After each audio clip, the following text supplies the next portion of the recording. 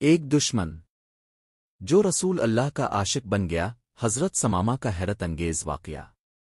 آج کی اس ویڈیو میں ہم آپ کو ایک ایسے شخص کی کہانی سنانے جا رہے ہیں جو پہلے اسلام کا سخت دشمن تھا، مگر رسول اللہ کے حسن اخلاق نے اسے ایسا بدل دیا کہ وہ اسلام کا عظیم عاشق اور محافظ بن گیا۔ یہ واقعہ ہے عرب کے ایک بڑے سردار حضرت ثمامہ بن نسل کا ثمامہ یمامہ اور بنو حنیفہ کا طاقتور سردار تھا۔ عرب کے بڑے بڑے قبیلے اس سے ڈرا کرتے تھے۔ ابتدا میں وہ رسول اللہ کا سخت مخالف تھا۔ ایک موقع پر مسلمانوں کے ایک دستے نے اسے گرفتار کر لیا اور مدینہ لائے۔ کسی کو معلوم نہیں تھا کہ یہ کون ہے۔ اسے مسجد کے ایک ستون سے باندھ دیا گیا۔ صبح کا وقت ہوا، رسول اللہ مسجد میں داخل ہوئے۔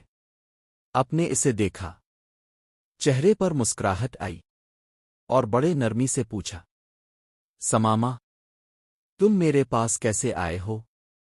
ثمامہ نے سرد لہجے میں کہا، اگر قتل کرو گے تو ایک جاندار سردار کو قتل کرو گے، اگر احسان کرو گے تو ایک شکر گزار کو پاؤ گے، اور اگر مال چاہتے ہو تو جو چاہو لے لو۔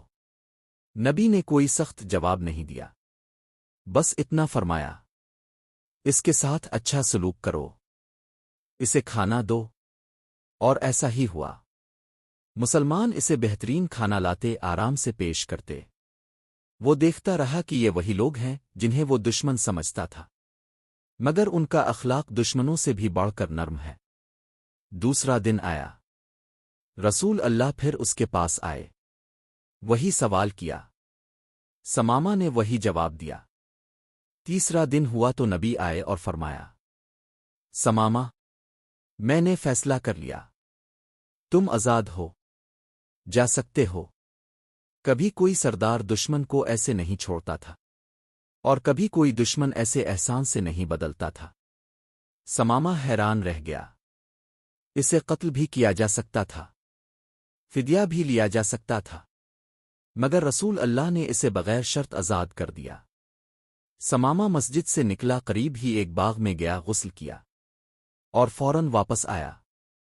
اسے دیکھ کر صحابہ حیران رہ گئے۔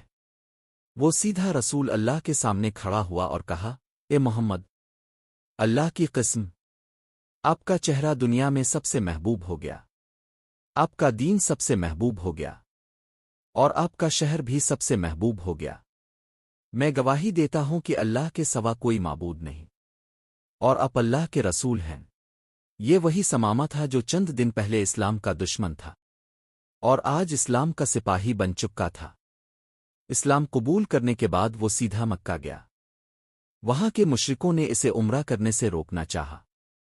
اس نے جواب میں کہا، اللہ کی قسم، اب مجھے روک کر دیکھو، میں تمہارے لیے گندم بند کر دوں گا۔